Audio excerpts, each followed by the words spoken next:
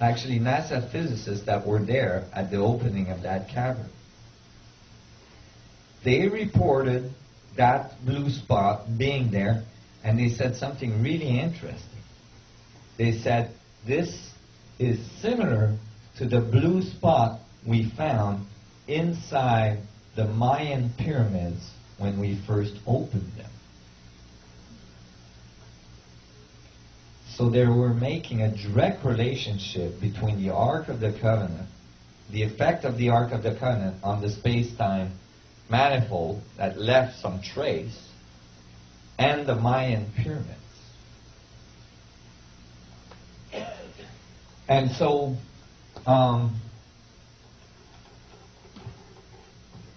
interestingly, when the ark disappears from the temples of the Temple of Solomon and goes to the Essene, at the same period, very shortly after, the living ark, Emmanuel, appears onto the scene. Emmanuel might have been able to walk on water because he had some anti-gravitational capability in his back pocket. Go ahead. Well, in the Book of Mormon, by Emmanuel or Jesus visits the American continent after he left Israel. Well, then he would have had to be able to do some pretty good flying too. And so, interestingly, Emmanuel is the living ark. Well, these things are related. Why? Because when we built the external Merkabah, the external ark, all we're building is a reproduction of our internal functioning. The inside singularity, the inside ark that keeps us alive. And so we're creating a very short feedback. That's why you had to be initiated very carefully before you could approach the ark. You had to be pure of heart. Because the feedback is so short that if you have destructive intent, you'll just die right on the spot. It'll bite you right back. Aaron's sons. So Aaron's sons died that way. It's a very fail-safe system. You can't use it for destruction very much. Because by the time you try to use it for destruction, you're already dead. See, it's nothing new. The universe is a feedback.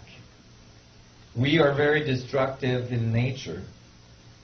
And we're just about to destroy ourselves. But meanwhile, it took a long time, and we had time to destroy a lot of things around us. With this, no waiting necessary. You just don't survive the experience. There is people that did try to use the ark for destruction in the pharaonic traditions. These were very, very warlike pharaohs. They were found mummified with what they thought at first was smallpox all over their body. They found out later that it wasn't smallpox at all, that it was tumors all over their skins, like they had been irradiated by radioactivity. At one point, the ark is stolen by, the ark is attempted to be used for war and is taken by the Philistine before it's moved to the Essene, long before. And the same thing happens. They bring it to their temple and they try to use it and all this, and they all get tumors. It's in the Bible. And so they send it back to the Temple of Solomon. They're like, get that thing out of here. So Emmanuel was most likely born in the field of the Ark of the Covenant. And as a result, he had very advanced DNA structure. In fact, Emmanuel might have got revived by using the Ark of the Covenant and resuscitating him, generating the whole, return of Emmanuel, return of Jesus 3 days later. Well, when I was asked to talk about the Knights Templar. So you guys are seeing this view a little bit more. I'm going to tell you now how it reaches you, how far this goes, and how much the power at B is actually trying to get this power back.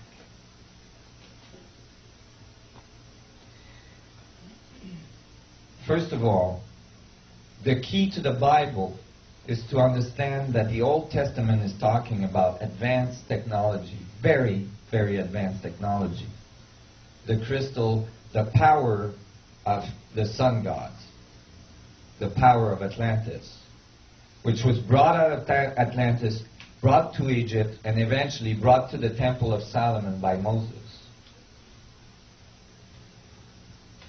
And the other side of the Bible, the New Testament, is talking about the living ark, the purity of heart, the purity of intent you have to be with the ark.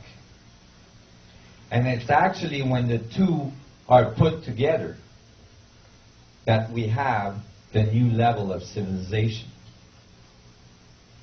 When the technology, the external technology matches our internal knowledge, and the internal knowledge match the external technology. It is not all internal, like spiritual, commonly think of, and it is not completely external, like most physicists think of, but it is both internal and external. That's the feedback. So when much later, it seems like there was a Jewish contingency in France that believed that they were the direct descendant of Emmanuel, the Cathars. And the Cathars, I think, was it the Cathars? Yeah, I believe so. They were looking for the Ark of the Covenant. This is a large Jewish community in the middle of France that nobody knows how they got there. There's a lot of books now being published saying that actually Emmanuel, after his crucifixion and his revival, went through India and into Europe and resettled in France. And that Cathars were truly the bloodline of Emmanuel. In any case, true or false, they believed they were. And they were looking for the ark. They might have had very ancient documents that were brought there by the groups that settled the Jewish community there. They started an order of knights to look for the ark. That order was called the Knights Templar. The first name they were given was the Knights of the Poor, because they were very poor, and their insignia was 2 knights on 1 horse, because they couldn't afford a horse for every knight. They were commissioned by a priest, a Cathar priest, to look for the ark. Well, after years of research and so on, they came to conclude that the ark had to be in Jerusalem somewhere, under the Temple Mount in Jerusalem. They conjured the armies of France. Okay? They convinced them to go and take Jerusalem. And as a result, started the Crusades. This is history. The Crusades were described